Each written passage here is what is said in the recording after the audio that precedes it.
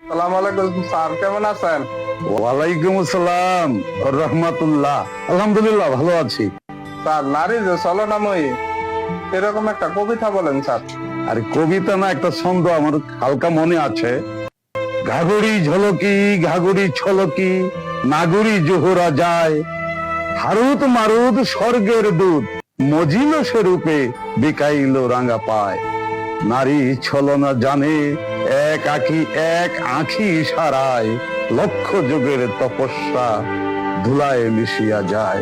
তুমি তো সেই ছাড় না, যদি পড়েছ নারীর ছলনায়, দিশাহারা হয়ে যাবে সারা জীবন তোমার।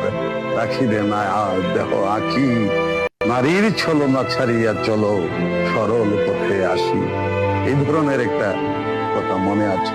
তবে নারীর ছলনাকে ছেড়ে যাই ভালো।